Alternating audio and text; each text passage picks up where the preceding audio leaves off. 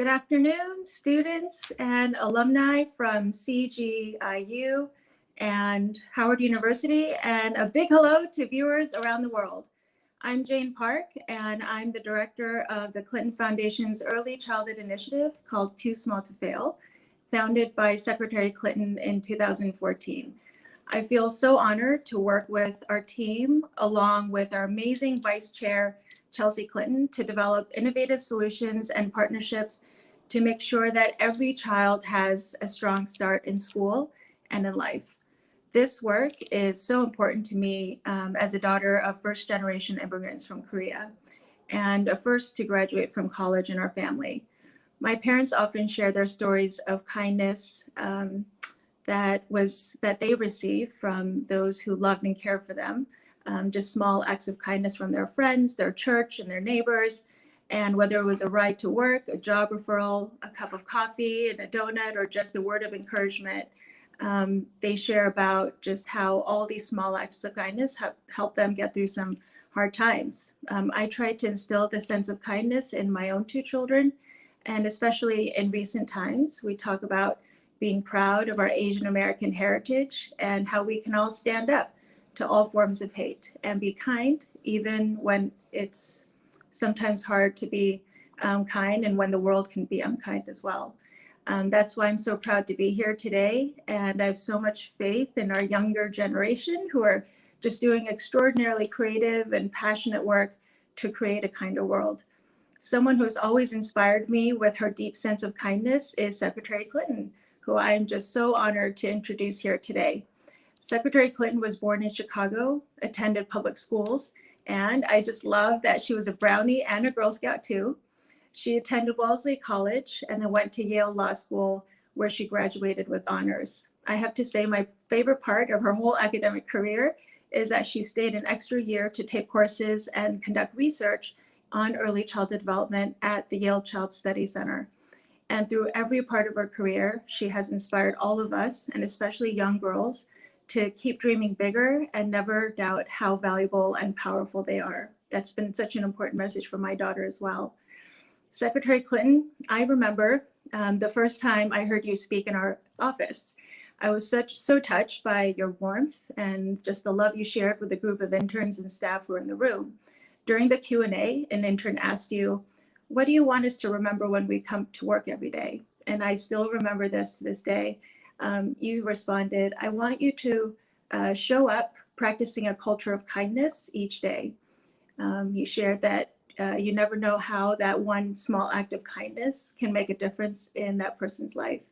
So Secretary Clinton, from the bottom of my heart, thank you for all the kindness you've shown to children, families, and communities all around the world, and all you've done to create a brighter future for those who I believe are our world's greatest treasures, our children and our youth.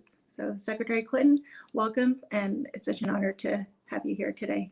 Oh, thank you so much, Jane. I am so proud of the work that the Clinton Foundation is doing to ensure that every child and family has access to the tools and resources they need for a healthy, fair start in life. And that's especially important today with all of the distance learning and the worries we have about children falling behind and how we're going to all have to work really hard to make sure that they have a chance to fulfill their own potential. And today I'm especially excited to be with you for the 13th annual Clinton Global Initiative University in partnership with Howard University. And to the new class of 2021, thank you. Thank you for participating, for using this moment and this program as an opportunity to think about how you can make a difference. And you're now part of the CGIU community with over 10,000 young people from all 50 states and more than 160 countries who have not just committed, but actually helped to improve the lives of millions of people around the world through their commitments to action. So I hope that this experience will lead you in the same pathway. Just keep going, dream big, and make a commitment to action and then look for ways that you can fulfill it. Because as Jane just said, all of you really give me a lot of hope that despite all of our challenges, the future is in good hands. And I know that is especially true for the young woman I'm about to introduce, who has inspired me and so many others. I want you to meet Khloe Thompson. She started her organization, Khloe Cares, in 2016 when she was 8 years old.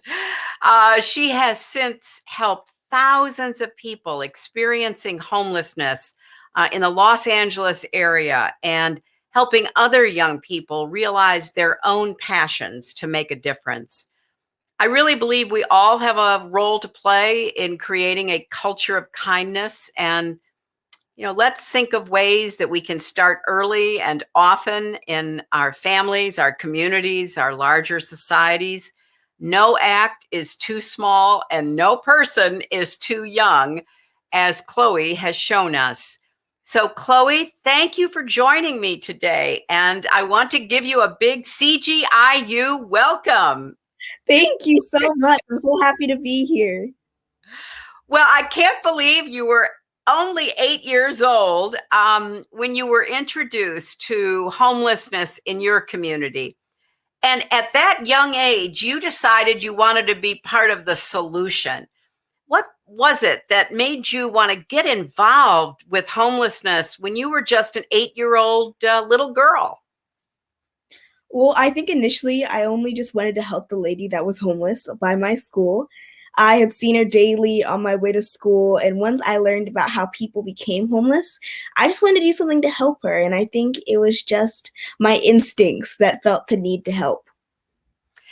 Do you relate at all to what your family, modeled for you or talked to you about that gave you that spark of being part of what I call the culture of kindness?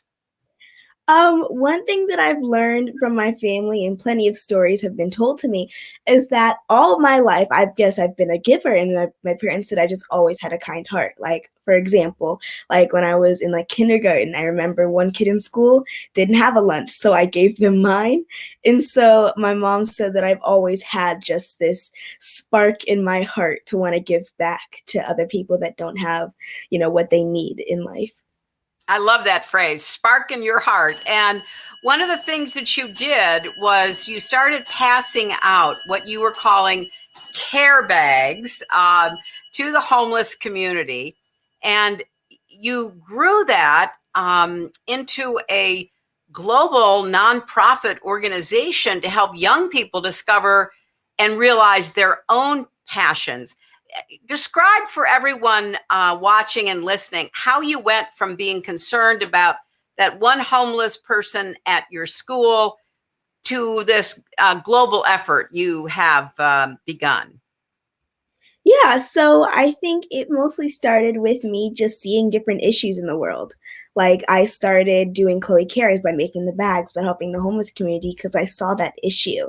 Then I realized the issue in Ghana with the water crisis. So I started installing water pumps in bathroom facilities there when I was invited. And then I saw that other kids wanted to start giving back. So I made leadership workshops to help them be able to use the resources that I've learned through all the different conferences that I've been to be able to teach them on how to start their own businesses. So I think everything kind of just changed because I saw the issue and wanted to fix it.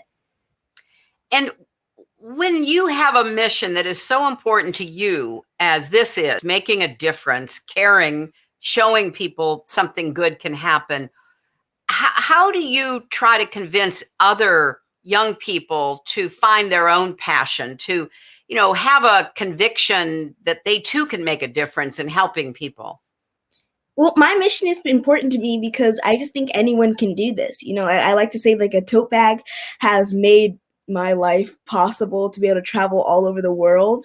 And just being kind and having a heart to help has also really changed my life. So I think just, wanting to inspire other youth and, letting them know that your ideas and dreams are possible, no matter how big or small they are. And, I make tote bags that are filled with hygiene supplies that we all use. I didn't reinvent the wheel. I just changed it from a plastic bag to a tote bag. But it was the act of giving that really made a difference. Just being kind goes a long way in anything that you do. Oh, I agree with that so much. How have the challenges of this last year during the COVID-19 pandemic reinforced the importance of this kind of work to you? Well, COVID really did make me pivot like how we did things. Like at first I had no clue on how things were going to move forward because everything I do is in person or hands-on. All my travel was canceled. My TED Talk was canceled. Left and right things were just being canceled. And events were canceled and everything. And they were just encouraging people not to go down to Skid Row to prevent getting people on the street sick. So, as people would normally give back, things started to slow down. And in fact, due to COVID, there was an increase in the homeless population. But the need to give was not canceled. So there was a huge need to do more and help more. So things such as dropping off care bags at shelters, making masks, and donating to organizations that were equipped to handle the need were very important during COVID. Now, did you continue going to school virtually or were you in school some of the year? Well, I'm homeschooled, so everything that I do is already virtual. So luckily, COVID didn't really change too much for that. Well, I think everybody wants a copy of your homeschooling curriculum so they can try to follow it.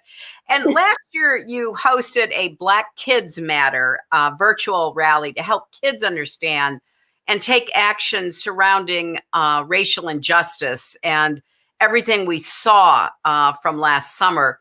How can we better involve young people in tough discussions and help prepare the next generation to have not just productive conversations about difficult social and political issues, but to really change, their own minds and their own actions and bring others along with them? I think having a tough conversation is a start. I hosted the rally because as a youth of color, I was struggling. So I could only imagine what other youth were experiencing. And it wasn't like a conversation bashing anyone. It was a conversation to understand why Black people felt the way they do, and a little history and a call to action. And so, I think that was something that I thought was really important. But also just how to deal with racial matters, because I think that my generation is doing the work to show what equality looks like, and we're tired of fixing the problems from past generations. So we're looking to be unified, inclusive, and erase the stains of racism. I think it's really important what you said about these conversations weren't meant to bash anybody. They were meant to open minds and open hearts. And do you think that young people really should look for such opportunities to participate in these conversations? And Khloe, will you be doing more, maybe through CGIU or other formats, to try to, bring about more such conversations? Yeah, so I've done plenty of these before. I've done one about food insecurity and mental health. So I think there's many different topics that need to be spoke on and that people need to learn more about. So I would love to do more rallies. And also, I think that young people, I think we're just, we're ready to take part in these conversations. And I also think if my parents have to teach me about racism at a young age, kids that are not of color should learn about racism and how not to be racist. So these conversations are really important so everyone knows how to deal with this, and just know that people, need to understand how to be sensitive and aware of what other races deal with as well. Yeah, I mean, that's fundamental to putting yourself in someone else's shoes, as the old expression goes, and, developing empathy and kindness. But, sometimes the road to progress can feel like it's, 2 steps forward, 1 step back, especially when it comes to tackling big issues, whether it's racism or sexism or homelessness or just the whole range of, challenges that we see in our country and certainly around the world. So how do you keep from getting discouraged How do you keep yourself really motivated to keep going? I want to hear that. And I bet a lot of people watching do too. Yeah, and I think one thing is that I feel like all youth, and as me as well, I think we're already discouraged and frustrated and tired and disappointed of certain things like that. And so I think it's just like the prevention and happens with certain people. And I think it's also just starting with, helping other people and teaching other people different things as well. But I think one way I try to like do this, I think I just try to teach other people on the issues that are important and how to stop them and how to solve them and how not to feed them basically. And I think that's how I try to keep myself up, by helping other people, because I feel as if I help other people solve the issue that's discouraging me, it's no longer going to be an issue anymore. I love that. Well, you certainly inspire a lot of people. You inspire me. Who inspires you when you get a little discouraged, feel like, oh my gosh, there's just so much to do? I mean, are there people in your own life or people that you've read about or met that keep you going because they provide inspiration? Yeah, I have a number of people who inspire me. Like one I reference a lot is Malala. Like after reading her books and watching her documentary, I felt really connected to her, and I get her passion and her courage for sticking up for what is right. And I immediately connected with her, and she will live on my vision board until I get to meet her in person, like over Starbucks or something. Um, Also, the author of Make Trouble, Cecile Richards, which is just an amazing book, which is all about the author's life of being an activist. And she's also one person I would love to meet as well. Well, I know both Malala and Cecile, so I'm going to work on that, Khloe, because they inspire me too. I was Secretary of State when Malala was attacked and shot and left for dead, and her courage, her resilience, the support and love of her family, the contributions of a community of medical professionals, educators, people who really rallied around her, really has just been extraordinary. And of course, Cecile is not only amazing in her own right, but her mother, Ann Richards, was one of my friends and icons in my own life growing up. Now, you've already accomplished so much. I think a lot of us are kind of exhausted listening to everything, Khloe, because I can just feel the energy that comes from you. But I have to ask, what's next? What do you hope to be doing in the next, 3 to 5 years, and then into the future, into adulthood? Well, I'm executive producing my show called The Little Explorer, and it's all about me exploring the world on a mission to solve the world's issues, all while going on an adventure. And we just shot and finished the first pilot for it. And now I'm working and raising funds to shoot the remainder of the episode so I can sell it to networks. I just designed an eco-friendly pad that is reusable and gender-friendly that I hope to have fully launched by the end of the year. I'm writing my third book. I've got my Ghana trip planned for the end of the year, where I'll be installing more water pumps and breaking ground on the school I'm building in Ghana, and just doing more of these conferences, inspiring the youth to be change makers. I hope to do more of those in the future. And I'm really here just to take over the world, and I want other kids to join me. I can't fix the world alone, and it's going to take a force of dedicated youth to stand up and say, I want to do something. I love it. I love it. Sign me up. You just used the word change maker. What do you think it takes to be a change maker, not just in the United States, but around the world? I mean, as you heard me say, we have people from 160 countries who have participated in the CGIU program over the last 13 years. And in some places, that's really hard to do. So what are the common characteristics of being a change maker? And what advice do you have for young people, especially those who are motivated, like the ones who are attending CGIU, to make an impact in their own communities, no matter where they are? I would say like characteristics of a change maker are someone who is motivated to continue working on something that they are passionate about. Also, just having a passion in general for something. I feel like having that passion is what keeps you going and what motivates you. So I feel like just having those two, that motivation and that passion for something, is what's going to keep you going. And then some advice I would give to youth or anyone who wants to start giving back is, first, don't let your age stop you from what you want to do, because your age will just never determine your impact. Like, I started my nonprofit at 8, and it's taken me years to get where I am now, and I believe in myself before anyone else does. And if you ask for help and they tell you no, this is one thing I always tell everyone. If you ask for help and someone tells you no, ask them what they can do for you. And also, I'm an open book. I want to leave this earth sharing all the knowledge and networking skills I have to the next kid. Also, get friends that encourage you and are doing things with their lives. Make a plan and execute it. And lastly, connect your passion with your purpose.